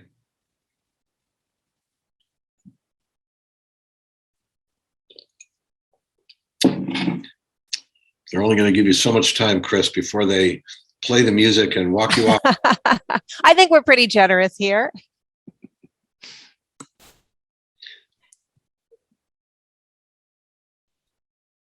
So he's having trouble. Okay, well, it's a quick one, and I'm not sure if you wish to answer it, but Chris asks, what was the street address of your parents in Ottawa so I can smile every time I pass by? We lived in different places in Ottawa. First, we lived in Sandy Hill, and then we moved to what was called Eastview, which is now Vanier City. And then eventually they bought their first house in Parkwood Hills, which is just north of the experimental farm, 23 Vanson Avenue. Well, there are a lot of addresses, a lot of chances for people to smile. So thank you for answering that. Another anonymous question for you. An absolutely riveting, powerful, personal, and moving presentation. Thank you for your vulnerability and honesty. Where is the documentary available if we wanted to show it in our school? Yes, that's a great question. It's the National Center for Jewish Film at Brandeis University is the distributor of the movie, of the DVD. And they'd be happy. I'm sure there's a price for schools. I'm happy they're a charitable organization, not for profit anyway. And they're really a worthwhile organization that preserves Yiddish films that were made all through Europe, and silent films too. And they are the distributors. National Center for Jewish Film out of Brandeis University. All right. Thank you. I'm going to try something different here and let our team know that Felicia Alexander will get the next question with her camera on, if you can get her set up. And in the meantime, I'll just ask this anonymous question that might be a quick one while we get Felicia Alexander ready to ask. And that is, one of my favorite films is The Quarrel, but it doesn't seem to be available anywhere. Do you have any ideas? The Quarrel is, I'm surprised that it's not available. There might be some kind of distribution issue. I can find out. I'm surprised. I thought that I think I got a copy of it recently. Maybe it's a Canadian issue we have. The Quarrel is a movie that was written in Yiddish by Chaim Grada, who is a close friend of my father's. And well, I didn't know, but he knew me when I was a baby in Montreal. Chaim Grada was a writer of the stature of Isaac Bashevis Singer, except he wrote less secularly. And he wrote in Yiddish. And the story was called Mein Krieg mit Herschel Resigner, which in Yiddish means, it's in Yiddish, and it means my quarrel with Herschel Resigner. My joke was I used to call it my dinner with Herschel. And I did it with the great Canadian actor, R.H. Thompson, who is an old friend of mine, who I was in touch with recently. And it's a really interesting movie just about these two people who are survivors, who both of them lost their family. And my character is running a yeshiva and is an ultra-Orthodox Hasidic Jew. We started out together in yeshiva when we were teenagers, but now in Montreal, we meet in 1948, and I've got my own school. And he's a writer and is a secular Jew. And we meet by accident. And the old quarrel that we had starts to arise. And I'm a Jew who believes that after a Holocaust, the only thing that Jews can do is to exclude the rest of the world and to build a wall around themselves. And he believes that the only thing after a Holocaust that Jews can do is to open the gates to the world. And this is Chaim Grada's way of talking about the postmodern Jewish struggle that happens within one individual by separating it into two characters. It's an extraordinary piece.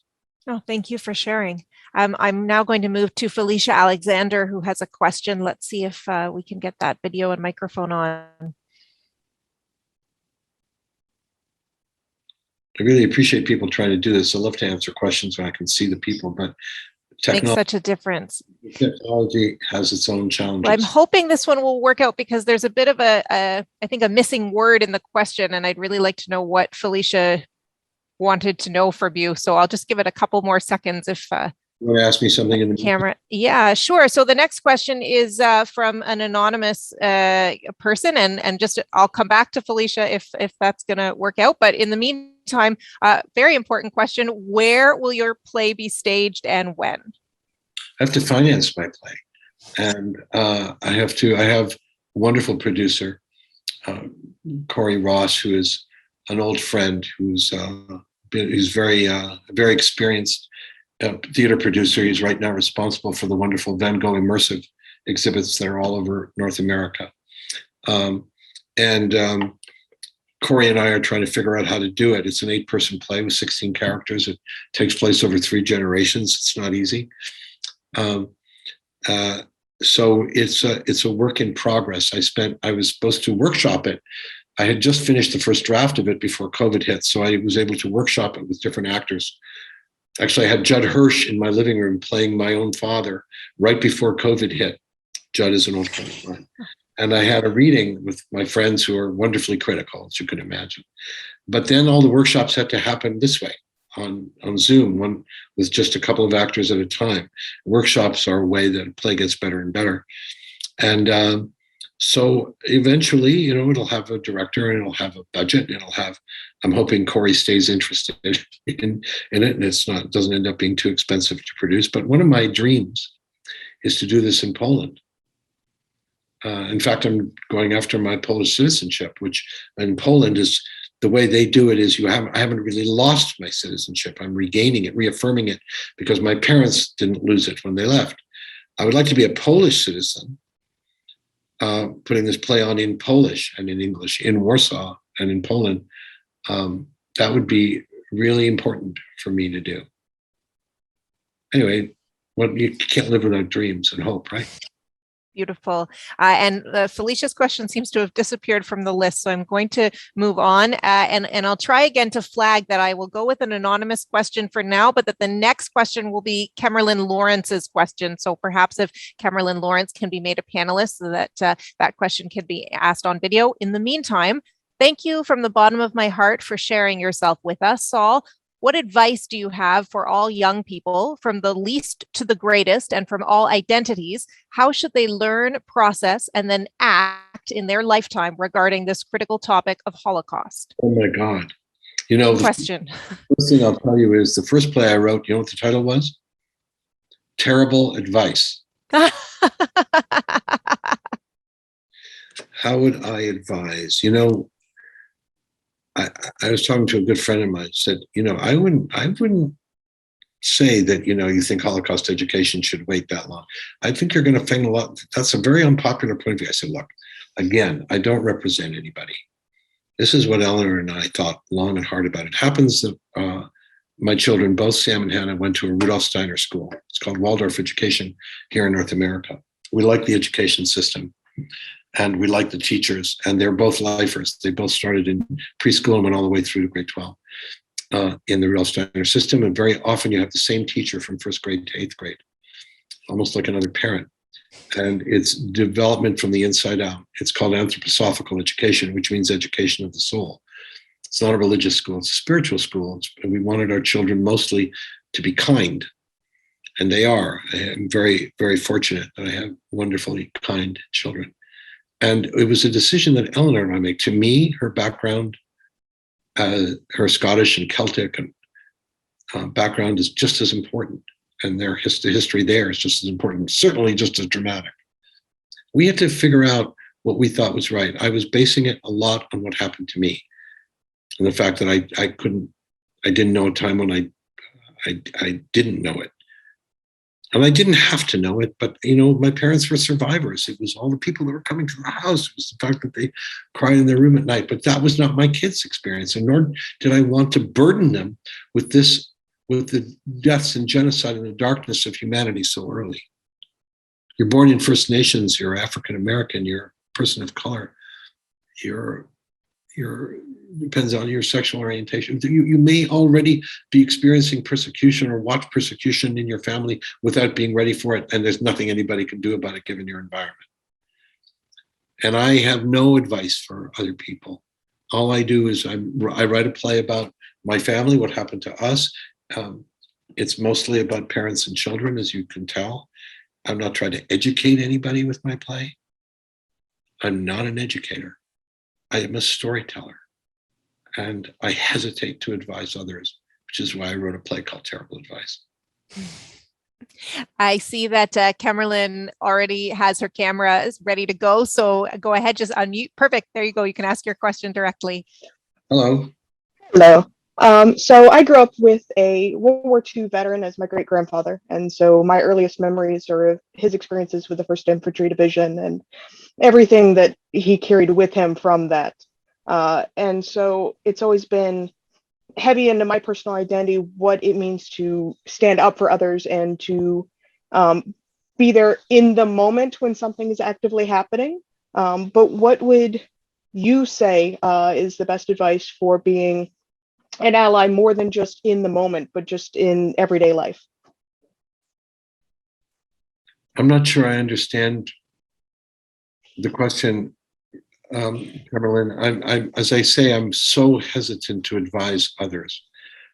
But please, can you frame the question a little differently?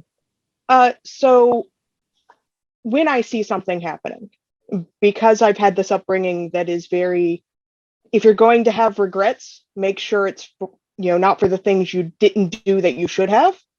I have no problem stepping up, and it's pretty straightforward that when you see something, if you're capable, you do something.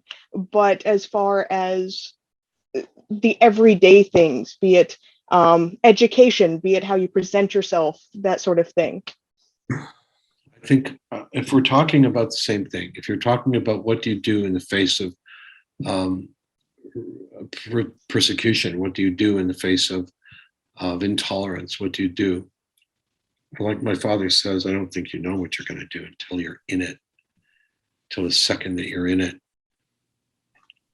Because of who I am and because of my background, what I believe is I need to put myself in others' shoes. That includes the people that we call monsters, or the people that we think are stupid or racist, ignorant. There was a guy, I think, on January 6th, who wore a t-shirt that said Camp Auschwitz on the front and staff on the back. And my attitude is, what is it like to be that person? Where are they coming from? Are we just labeling people? Are we going to label people monsters, horrible people? Are we ever going to be able to reach across and change anybody if we don't know their story, if we can't walk a mile in the shoes of people that we have contempt for? I don't know what we do. I know that when I say this is the minute that we're in it, I mean, and my father's saying, what am I afraid of? I'm afraid of everything. I'm afraid what happened in Europe can happen here. Any people ripe for it? Well, we've seen what happens when that kind of rhetoric, it's words, we were told, words. It all starts with those words, with demagoguery and words, twisted words. And we have to educate our children. We have to educate ourselves. We have to find a way to be empathetic with people that we don't agree with. I don't know. I have no advice for anyone. Actually, I think that's the best advice. Glad we were Thank you. able to get you on screen there. And next, I'm going to try to take a question from Faye Grunswig, if we can get you to turn your camera on and your microphone. Pretty good track record so far, I would say, of people being able to figure that out. It's good. Yeah. But you want to, while they're figuring it out, you might want to ask me. Sure. Okay. A similar question to earlier, but from your most recent show, it's a question about how you reconcile being in Hunters, which distorts the Holocaust by inventing events which surpassed reality. The questioner says the show thereby potentially aiding and abetting Holocaust denial. Oh dear God! It's a big one. It's not that big. Let me tell you what I think about this. Years ago, there was a major event. I remember in the early 90s, and in Canadian history, it had to do with a massive scandal, gold scandal, mining scandal, it had to do with, and there were 4 nonfiction books written about it, 4. And I remember, I wish I could remember the name of the Globe and Mail reviewer. He was brilliant, but maybe it was he or she, I'm sorry, I don't remember who it was. But what I never forget was I remember reading all the reviews of all 4 books that were being reviewed. And this reviewer liked them all and had good things to say about each of these nonfiction books. And then said, one day, somebody will write a novel and get at the truth. And I never forgot that. You know, I don't want to spend a long time talking about defending some things are fictionalized. Characters are fictionalized. It's very easy to attack anything that you may not like. Something is either effective, it moves you, makes you laugh, makes you think, or it doesn't. There's inventions in everything. Documentary films are subjective. The way they're put together, what was chosen to be shot, what was chosen not to be shot, what was omitted. There is no such thing as objective fact that way when we are presenting things like films or books. And so to talk, when people say, well, you know, this was invented, this kind of thing didn't happen at Auschwitz. Well, and so you're fueling all the lies and people talking about this stuff, you know.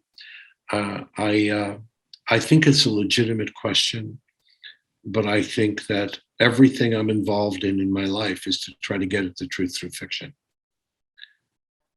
And so it starts to become a moot question for me that becomes irrelevant for me. May I follow up on that, since there's been 2 questions of this nature? When you're looking at a role, how much does your personal history play a role in your decision making there? We spend our lives trying not to make unconscious decisions, don't we? Our lives are maybe spent from going from here to some level of consciousness so that we don't react, so that we can respond rather than react.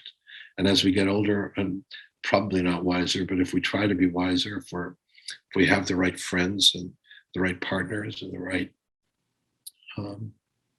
if you have the right will to be a better person, I guess, then you try not to react. So you're going to respond, and you're going to respond based on your understanding of who you are and what you think is important. Before you do that, you would just react. You'd react to the way you would anything. Should I get this job? Should I go to that school? Should I go on that date? Any important decision in your life for an actor, should I audition for the role? Never mind, take the role. Should I audition for it? And then if they want me, do I want them? Well, of course, who you are and how you grew up and everything about you is going to determine what it is. There's no role written, whether it's by Shakespeare or Tolstoy, no character written that's as deep as a human being. And the better the character written, the better the character is written, the more you have to fill. It's almost like this. It's almost like this in a role. When people ask me, I'm a guitar player, for example, an amateur guitar player. And people say, I'm going to buy a guitar. What do you think I should get? And I say, get the most expensive guitar that you can afford. Really? Yep. And here's why. You want to have an instrument whose potential is always greater than your ability to fill it.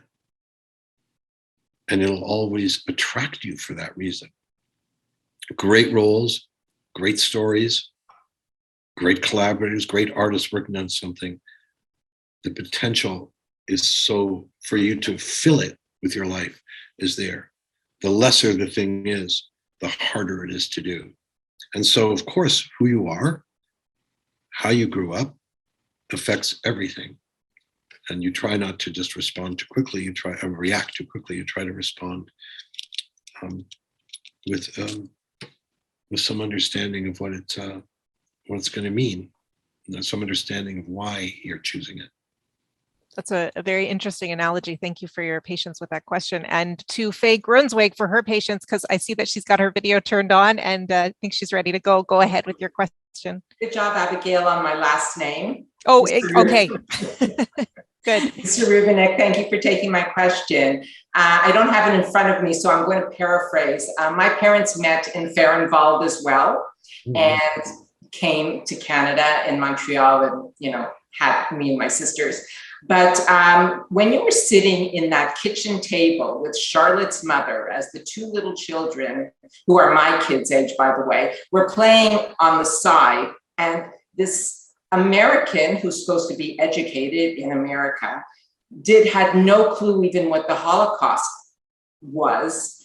How did you, other than your wonderful wife who tried to subdue the situation, how did you refrain yourself from not reaching across the table and shaking her? Because I applaud your wife for her sensibility, but how did you compose yourself and even think beyond that, and for Charlotte's feelings, and how do you, worry about everybody's skeleton in the closet rather than your own experience? I hope I made it clear that Lily was an extraordinary woman and that she was very brave.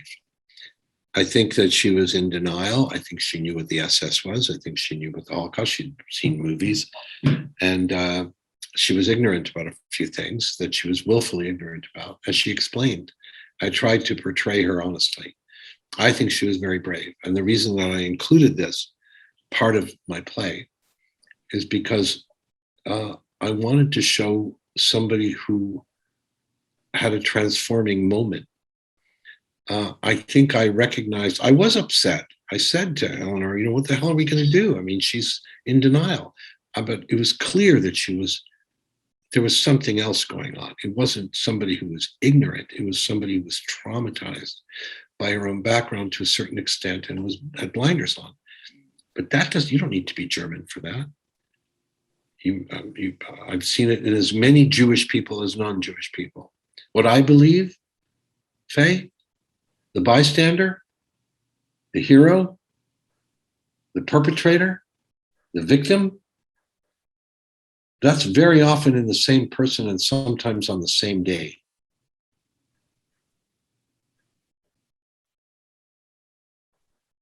Thank you. I will queue up that we will have Kay Keenan ask the next question via video, if that's able to happen. And in the meantime, an anonymous question is, how did you feel when you watched the original footage of your parents for the first time? Oh, but I was there. Film? You mean in the documentary? Is that what they mean? I was there. I'm not sure because it was anonymous. Yes, I mean, perhaps it was once it all came together. I would interpret it that way. How did you feel when you saw them?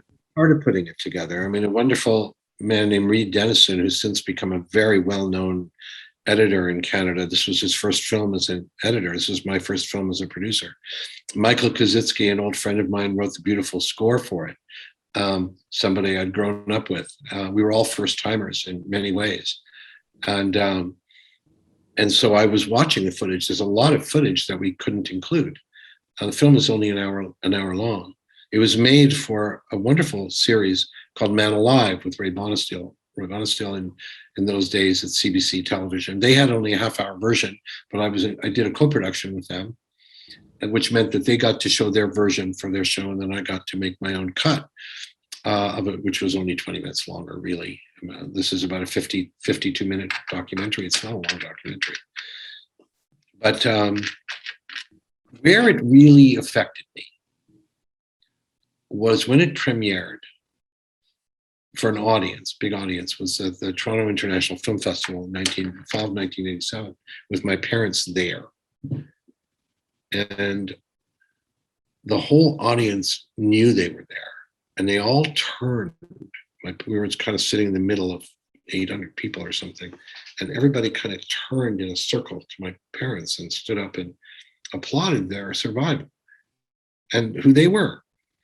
And if you watch the film, you'll see they're funny, you know, they're very much in love, and they were in love all their lives. I was a very fortunate kid. But to watch that meant a lot to me. For them, meant a lot to me. They wouldn't have gone back to Poland if there wasn't a documentary. This was a wonderful Vic Sarin, who was the cinematographer, who's a well-known Canadian director now, and Kathy Smalley, who was an extraordinary producer, who both have the directing credit on this thing for good reason, because it couldn't have been made without them. And Vic I'd known for years. He had been the cinematographer in my earliest dramas at CBC, and it was Vic, who's originally from Kashmir, and is Vic who talked my parents into it. Vic came to Ottawa with me. My parents didn't want to go back to Poland. Everybody's did. They didn't. I mean, they'd supported the Spania family for years, and they were fine to send pictures, but to go back there and remind themselves of everything. But it was Vic who said, "Well, we're going to make a documentary film. You're going to get to tell your story." And then they knew that there would be a perimeter, you know, that there would be a fence, a little bit of fence, that was a reason to do it. Just going there without the documentary, they were kind of open to the winds of horror and memory. With the documentary crew, 3 people, you know, 4 of us. But that little crew gave them a feeling of protection and allowed them to go. And so it was always a new experience going there to begin with, filming it, watching my mother and father tell the stories, on putting it together, trying to tell the story right, watching an audience of them, and how my parents then had this film that they were able to show to friends and people. It was a very important thing. And who knew? I didn't know I was going to have children. I didn't know that this would matter. I had no idea how. I didn't know that this would happen, that I was eventually going to. I thought I was done with this subject. I have a very good friend, Rick Cleveland. He's a wonderful playwright and great television writer, won an Emmy for West Wing and worked on many, many shows. And he's the one who said, "You're not done with this subject," about 4 years ago. Rick did. And I said, "Please tell me I'm done with this subject. I wrote a book. I made a documentary film. I mean, am I not done with this?" "No, but look what happened with your daughter and her friend. There's all kinds of stories you haven't talked about, you and your relationship to your parents, the lies that you told that turned into the truth. You're not done with it. There's a play here." And he inspired me to do it. So it's always it's a renewed situation of storytelling. And as I get older, there's different parts of the story that seem to matter to me. And I'm very grateful for this opportunity. My God, to be able to share excerpts from it is, wow, it's a big deal for me. Well, it's a big deal for us to have you as well. And unfortunately, we're almost out of time, but Kay Keenan has been patiently waiting there for her question. So I'll let you get that last question in, and thank you. And I just know that there were lots of other questions in the wings, which means that there were so many people just so moved by your presentation. Go ahead, Kay. Thank you. Hi, Mr. Rubinek. I hope this is worth the last few minutes of the time here. My question, I have to rephrase it a little bit because I was typing and listening and it didn't make much sense really, but there's a lot of reluctance among people who've been through major events and tragedies, and especially the people from the World War generation, the Holocaust. My experience is from the outside. My mother was an Army nurse and was in the 95th Evacuation Unit and was one of the medical personnel who was selected to go into Dachau to liberate the camp when it was liberated by the Allies. There's a huge reluctance among that group of people to talk about anything. I was raised knowing that the Holocaust occurred, and that was about as far as the conversation went. So the question is, other than lying about writing a book, how do you get people to open up and start and continue a conversation about this? Because the memories are leaving us, they're dying, and we're losing the firsthand history.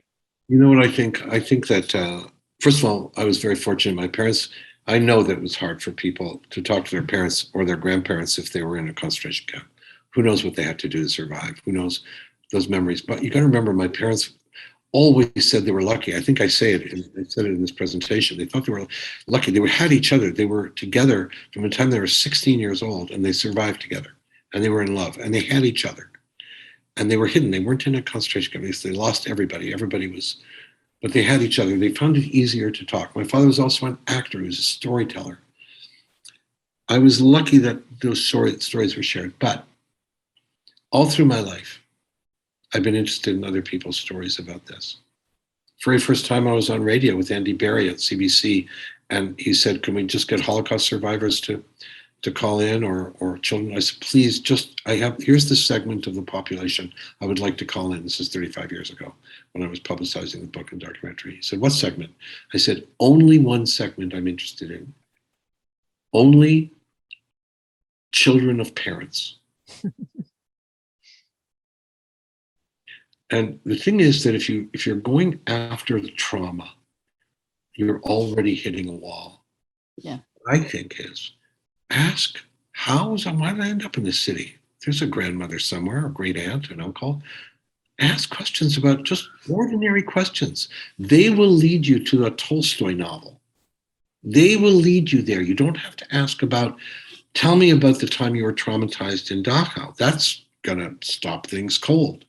The thing that you do, I believe, and with this thing I discovered with 13 and 14-year-olds, and again in Sam's class, my son Sam's, when he was in 12th grade, what the children did, whether they wrote a song about or did a little iPhone video about it or whatever they did. You ask ordinary questions. Why are you in this city? Oh, my parents moved here. My dad moved here because of a job. What? Why? What job? If you ask questions and you delve into the reasons that people are where they are, I guarantee you will find every element that exists in the greatest novels ever written. Everything I said, romance, murder, perpetrators, victims, bystanders, heroes, all of those things, you got to start small. And you got to ask more than one person in your family. People who knows them, you investigate. And if you start with the big stuff, it's really unlikely people are going to open up. I said I wouldn't give advice, but there's some advice. Thank you. Thank you so much, Kay, and thank you so much, Mr. Rubinek, for everything that you've shared this evening. I'm going to turn it over to someone else to thank you in a more fulsome manner and to offer some closing remarks, who's a friend of yours.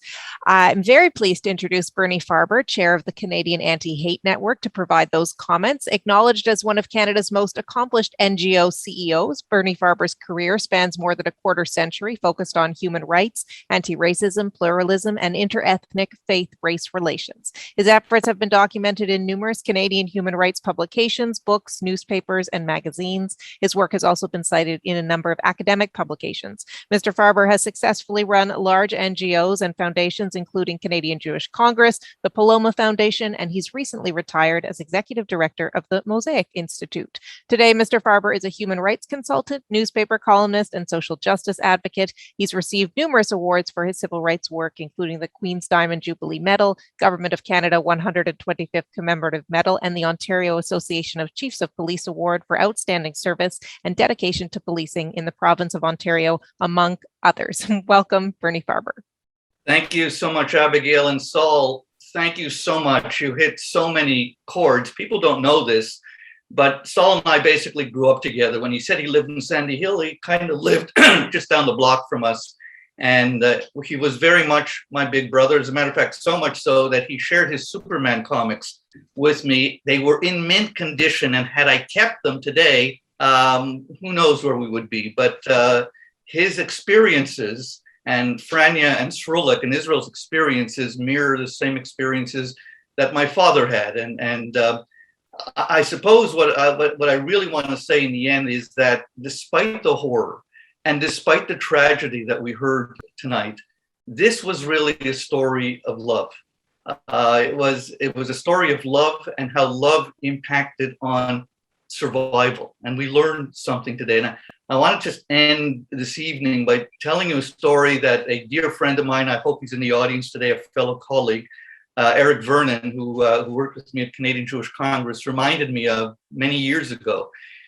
He told me about a remarkable novel called The History of Love. Its author was Nicole Krauss, and it tells the story of a boy and a girl in a small village in Poland growing up in the pre-war period and coming of age after the Nazi invasion. And the boy, now a man, and the narrator of the novel recalls that for her 16th birthday, he gave her an English dictionary, and together they learned the words.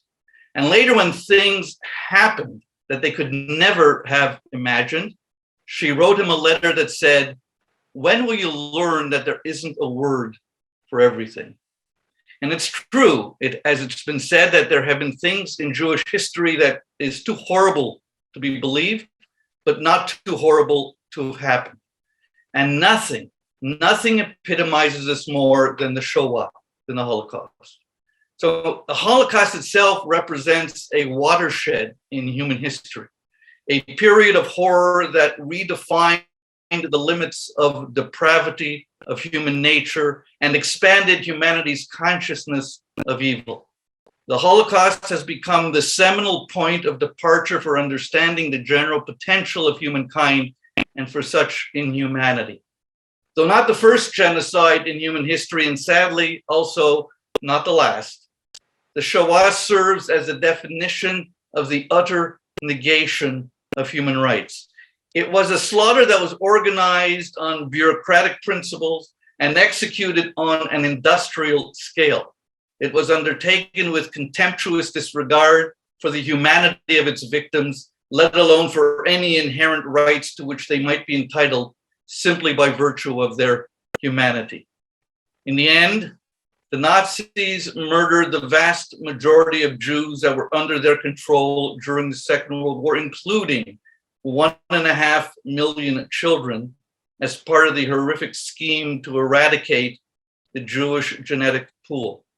And it is true that the Nazi war machine was responsible for millions of other civilian casualties, including the mass murder of political opponents, the Sinti and Romani people, gays and lesbians, and persons with mental disabilities. And we mourn these senseless deaths and honor their memory tonight as well. But it was only the Jews who were intended for total destruction. In the words of Nobel Peace Laureate Elie Wiesel, not all victims were Jews, but all Jews were victims. So within our history and without our history, we have no perspective from which to change. However, sadly, even with our history, change has been a hard-fought and little one. We continue to have much work to do. And this evening, and thank you so much, Minna, for bringing us all together, and Professor Kotler for your words as well. But as a child of a Holocaust survivor, I recognize that there still remains evil in this world. And we have to strive to work towards eradicating that evil. And we do so, as Saul so eloquently noted, in two ways. One, through education, and one, through storytelling. And so tonight, you have heard some wonderful stories. But these are stories that for us Ottawans and those of us in the audience that are children of survivors who knew Saul and Franya and Srulik, Israel, and hearing Saul recreate his own father's voice and seeing Franya and Srulik on film once more became alive for us again. And I'm left with this memory of the Rubineks in our house, sitting around our living room, telling these stories that Saul has so eloquently put together. And they did this every time they got together. They told stories. And sometimes it was the same stories, but it didn't matter because people like Saul Rubinek and others, myself, Professor Kotler, we've taken these stories and we mold them into a form in which we can continue to tell them so that people can learn. So I thank you tonight for telling us your story, Saul. And I hope that in the end, when this all in the telling comes together, that you can say, those of you here tonight can say, I heard the first rains of this in a place in Ottawa. I was sitting in my living room, or I was sitting in my dining room, and I was watching it virtually. And here it is right now together, and you can all be a part of it. So thank you all very much. Abigail, thank you for your wonderful moderation. And from strength to strength, my friends. Thank you. I know we're just about at time. If you could just bear with me for a couple of housekeeping comments to close the evening before we say goodnight. I know so many of you would have preferred this event to be in person. And for those who wish to meet Mr. Rubinek, CHES is planning to host a meet and greet with him in the spring. So stay tuned. We'll have some more information on that in the future. A reminder, we have some more events this month. And if you haven't already registered for Helen Epstein's keynote presentation on November 14th, you can still do so. There'll be information available in the chat here and on our website. Helen Epstein is a well-known author and child of survivors, and her keynote is called The Shadow of the Holocaust on the Lives of Descendants of Survivors. Is it possible to move beyond its grip?